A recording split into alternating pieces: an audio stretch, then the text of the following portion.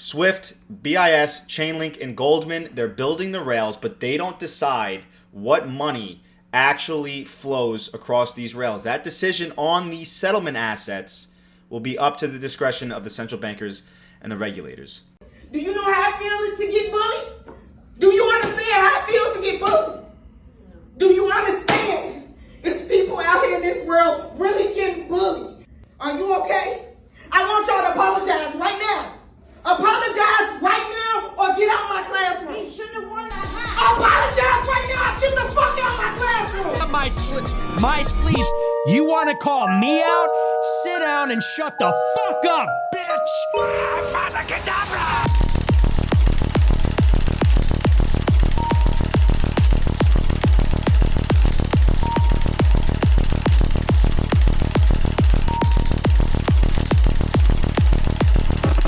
I am sick of this shit. Fuck Wall Street. Fuck you all. Swift is not only keeping their eyes on messaging standards, but now they're openly talking about shared ledgers and blockchain connectors. So when you line up all of these names, what you see is the core of global finance and the core of blockchain infrastructure actually coming together. And I think that this is a great thing for our industry. It's important to remember one thing before we actually dive into this. Swift, the BIS, Chainlink, Goldman, they're building the rails, okay? They don't actually decide what money flows across them. The decision on settlement assets, whether it's CBDCs, tokenized deposits, stablecoins, or potentially bridge assets like XRP, XLM, Hedera, they will always be up to the discretion of the central bankers and regulators.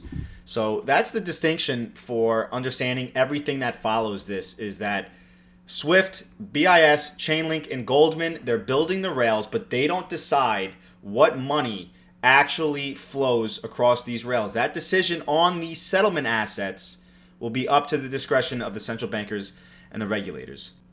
So before we jump into this, we are going to go into essentially what this entire thing is talking about. So the panel opens up by talking about today's financial system, and they basically describe it exactly as it is. It's a mess of a database. Every banker, every broker, every corporation has its own private ledger or private record keeping, and none of them actually match up automatically.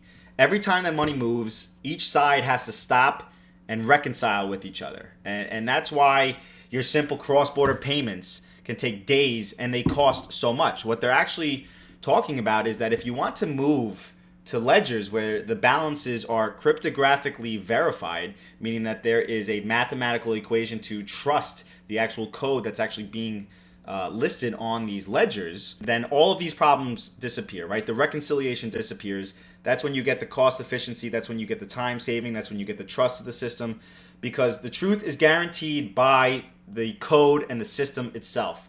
So instead of arguing about whose records is right, the ledgers document it and update it in real time. And that's a huge leap forward. So we are completely trying to get rid of and get away from reconciliation layers, and they're trying to integrate it into one process. This is the BIS. The BIS itself has written that tokenization can replace the complex chains of intermediaries with a single intermediate process. So this ties into my theory completely. They start to highlight the biggest efficiency gains that will actually come from DLT technology, and it's not where most retail investors are looking. And we try to open people's minds all the time that people are so distracted with the dog shit out there, and they're not paying attention to what the BIS, Swift, Chainlink, Goldman Sachs, Santander, the IMF, the World Economic Forum, the ISDA, they're not paying attention to what it is that they're talking about. So these panelists are agreeing that the real value is in the post-trade environment, right? Settlement clearing and corporate actions. And I know that these are not sexy utilities, but they're very expensive areas and they haven't changed in over a decade. So the IMCA is basically the Global Association for Capital Markets. It has already confirmed by publishing a guideline, which I have a PDF for, that says that distributed ledgers can improve efficiency in post trades. And this is essentially where everyone knows that blockchain is saving banks billions quietly and without the hype. And they're doing this because post trading is where they can cut costs and they can improve the returns for your Goldman Sachs, for your Santander, for your JP Morgan Chase. So this is the key message that these panelists are talking about, is that tokenization wins all around. Now, the panel then finally goes into bigger projects, okay? And Morten Brick explains the BIS's Project Agora. We're going to dive deep into Project Agora again because it's so relevant. And Project Agora is a huge, major global collaboration where the Bank of International Settlement is testing a unified ledger where they're bringing together all tokenized commercial bank deposits and tokenized central bank money. So the goal is that they're trying to see if cross-border payments are actually faster, cheaper, and more transparent this way. This isn't even an idea phase, all right? They're already building the prototypes. And the BIS says that tokenization platforms with central bank reserves and commercial bank money could lay the foundation for the next monetary era. That's actually going to be our first PDF, is the next generation monetary and financial system. This is happening, all right? So the conversation is moving towards governance, right? We get Chainlink start talking about decentralization doesn't necessarily mean that everything is chaotic, okay? Even in a decentralized system, there's always going to be gatekeepers, people that are validating transactions, they're paying attention to it, right? And they have to meet service standards, and they have to follow compliance. That's why compliance is so important in this industry.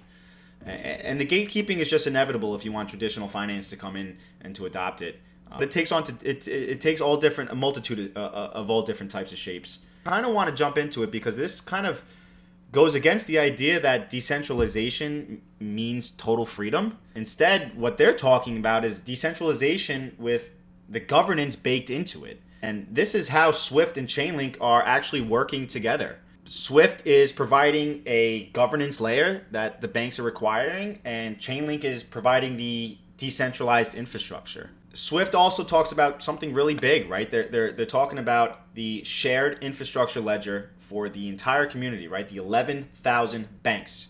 Swift has been a messaging service for, 40, 50 years, since the 1970s. But now it's actually adopting blockchain ledgers directly into its tech stack, which means that tokenized money will be able to move through the same pipes that the 11,000 banks are already using. And this is the kind of change that sets the stage for mass institutional adoption. Swift's own press release, they say that they are embedding the ledger into their core system. But even with this shared infrastructure, interoperability is still kind of at the center point of it all. One of the men on this panel, they said that there won't be one ledger to rule them all. There's going to be many ledgers, public, private. That's great. That's fine. That's what matters, is how are they making them interoperable?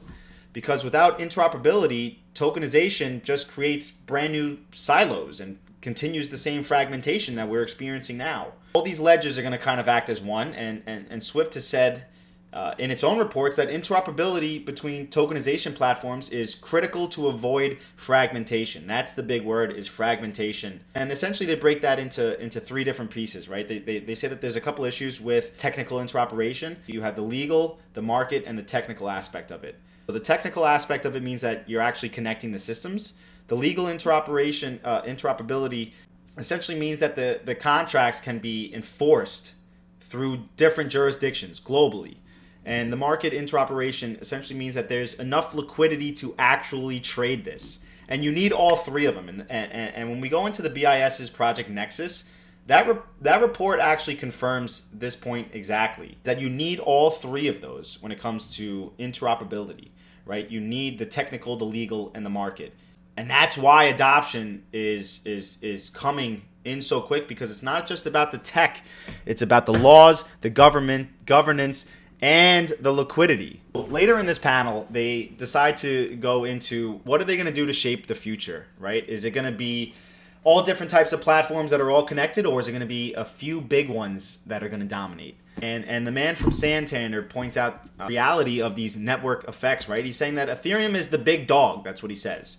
And it has a lot of momentum. But ultimately, just like smartphones kind of consolidated into iOS and Android, finance is going to consolidate into a few big platforms, right? You started off with BlackBerry and you had all these mobile phone providers, and now you really just have iOS and Android, right? So what he's saying is that there's not going to be a multitude of big winners. There's going to be a couple of them, and that's why they say that 90% of this market is going to get wrecked when it comes to regulations.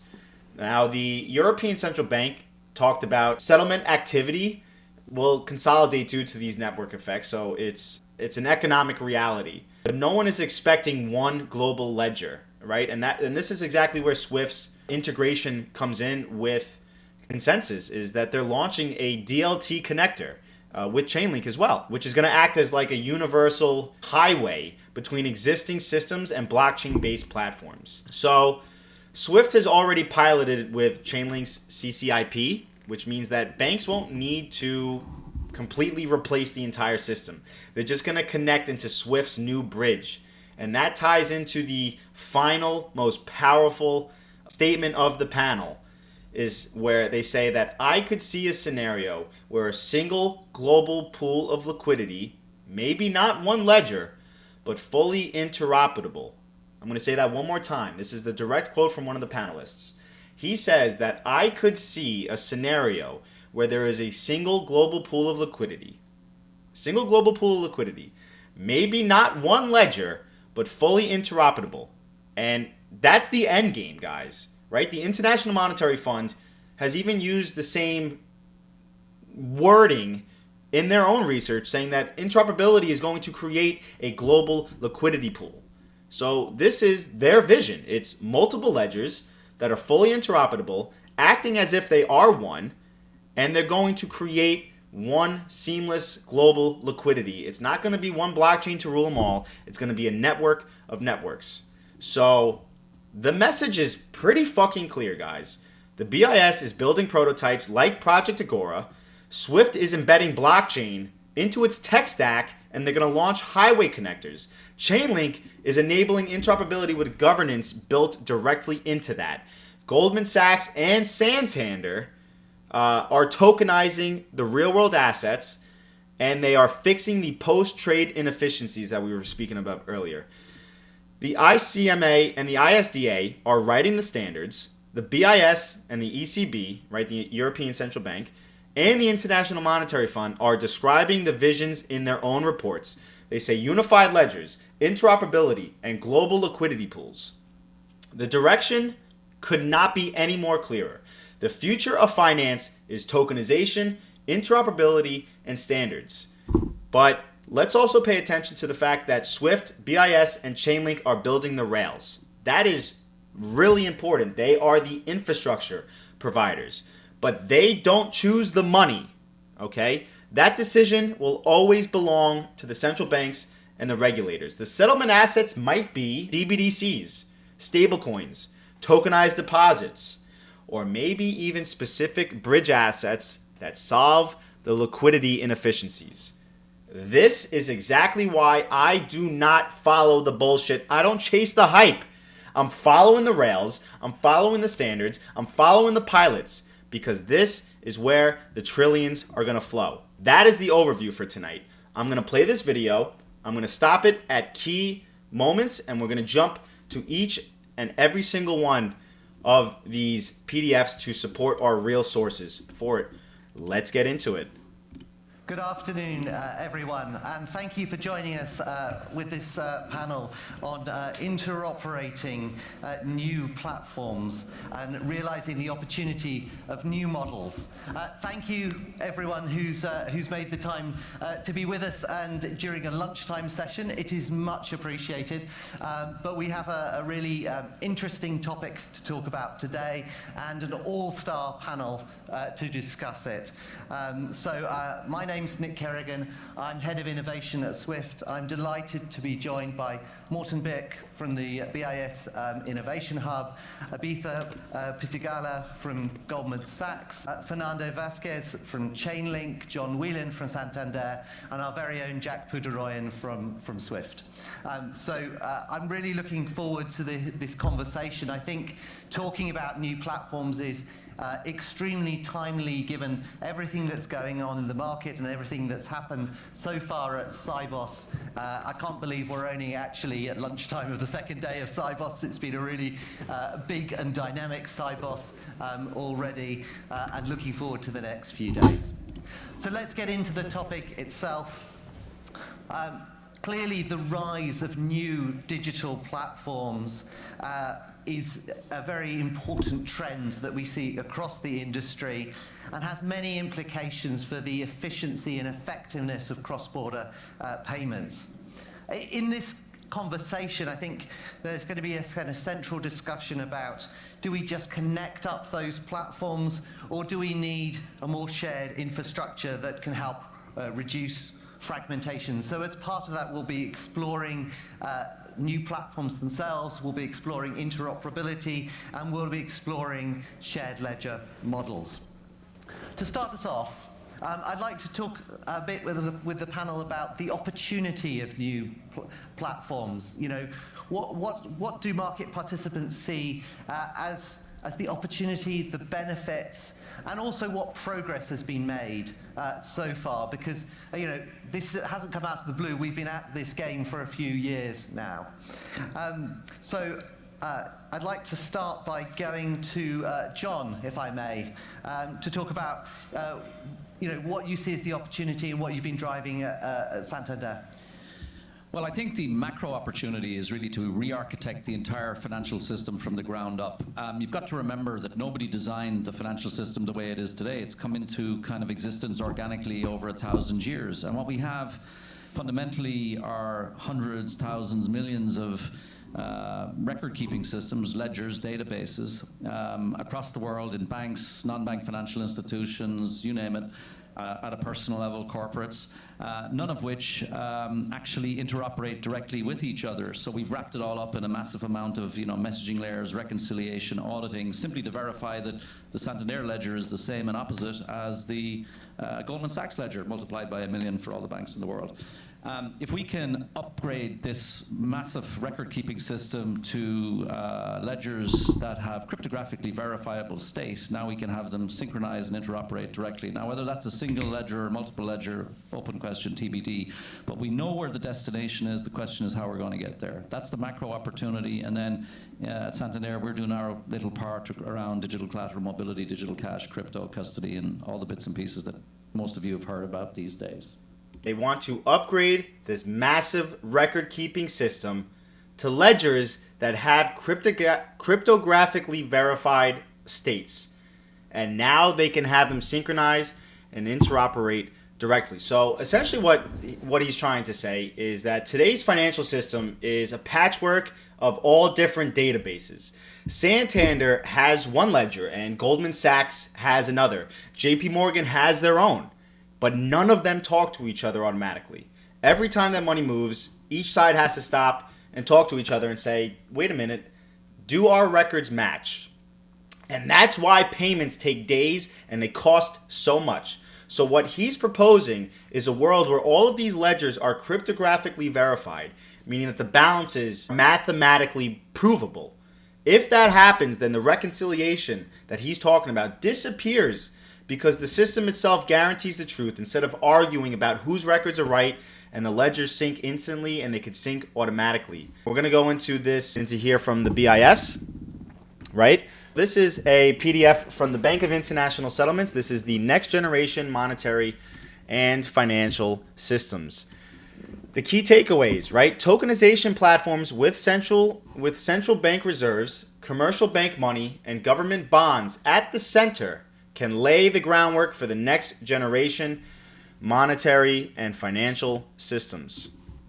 Now, he says here, in cross-border payments, tokenization could replace the complex chains of intermediaries and the sequential updating of accounts in today's corresponding banking transactions with a single integrated process. The BIS quotes is talking about exactly what this guy is in the panel is saying, that today's systems are made of countless middlemen, countless intermediaries, all of them updating their own accounts. And they're saying that tokenization collapses all of that into one highway, into one flow. It's fundamentally redesigning the plumbing of finance. And once you replace that reconciliation with each of these FMIs with cryptographic truth coded directly into it, the real question becomes, well, what infrastructures and standards are going to be allowed to carry the new flow? Very good. Abitha, is that how you see it too in terms of the opportunity that you're going after at Goldman's? Yeah, absolutely. Our core DNA is sales and trading and advisory. Majority of the activity that we do involves ledgers. If you look at a core principle, the financial industry is basically interaction between balance sheets, assets and liability. And these balance sheets are essentially underpinned by transactions. DLTs have come along of the last 15 years, have now shifted that whole balance sheet reconciliation aspect of things. And this is really what we're talking about here. So as Goldman Sachs, what we've been doing is essentially leveraging the technology to bring financial instruments on chain. So majority of activities have securities versus cash settlement, or cash versus cash, or securities versus securities on a traditional balance sheet. Now, with our own sort of disruptive platform that we've created, what we're trying to do is basically tokenize either natively or traditionally instruments in the financial industry, leverage the blockchain technology to make capital markets more efficient. And where we've seen the biggest opportunity and benefits in ROI is predominantly on the post-trade environment. Why? Because post-trade predominantly hasn't really changed over the last 10, 15 years, and the DLTs have come along with the advent of distributed ledgers. It's kind of flipped the script upside down. And I think the opportunity that we have here to coalesce around bringing in interoperability across these various platforms, we're not the only horse in the race. Our friendly competitors also have their own platform on different ledgers. So the biggest question mark is how do we interoperate these different ledgers on a common sets of standards? Taxonomy, I'm sure we'll talk about that, but also common sets of protocol. It's a bit like the early days of the internet. When the internet evolved in the 60s, 70s, you had multiple networks. TCP/IP came along and basically standardized some of the languaging and messaging protocols across the internet. And I think we're at the cusp of that similar sort of transition for the financial industry with blockchains and DLTs. The key point out from here was that he said that he sees the biggest opportunity is on the post-trading environment. Now, he's essentially talking that the real gains from blockchain aren't the meme coins. It's not the bullshit. He's saying that they're like in the back, the non-sexy utility. It's in settlement, clearing, reconciliation, and the corporate actions. Saying that the process hasn't changed in decades, and they're inefficient. They're almost like unbearable for them to continue going forward. He's saying we have DLT technology. Why are we not implementing this? Tokenization allows the steps to be automated. They cut the cost and they save the time. So it doesn't sound sexy, but this is really where blockchain solves real problems for some of the biggest players in here. Now, we're going to go into this document from the ICMA, which is the International Capital Market Association. They are essentially the body that sets the standards for bonds. This agrees with exactly what he's talking about. They're saying that distributed ledger technology can transform the post-trading, primary issuance and secondary trading settlement for record and transfer of ownership, reporting and sustainable related disclosures, reducing settlement risk and improving settlement times, as well as achieving the costs. This kind of backs the entire theory that blockchain's biggest impact is going to be in the boring aspects of finance, but it's the most costly ones of finance. Banks like Goldman and Santander are focusing on these pain points. It's because this is where tokenization produces an immediate transformation in finance. And anytime we have ever paid attention to any type of company, any type of technology that solves a problem or that creates convenience for somebody, those are the most successful companies.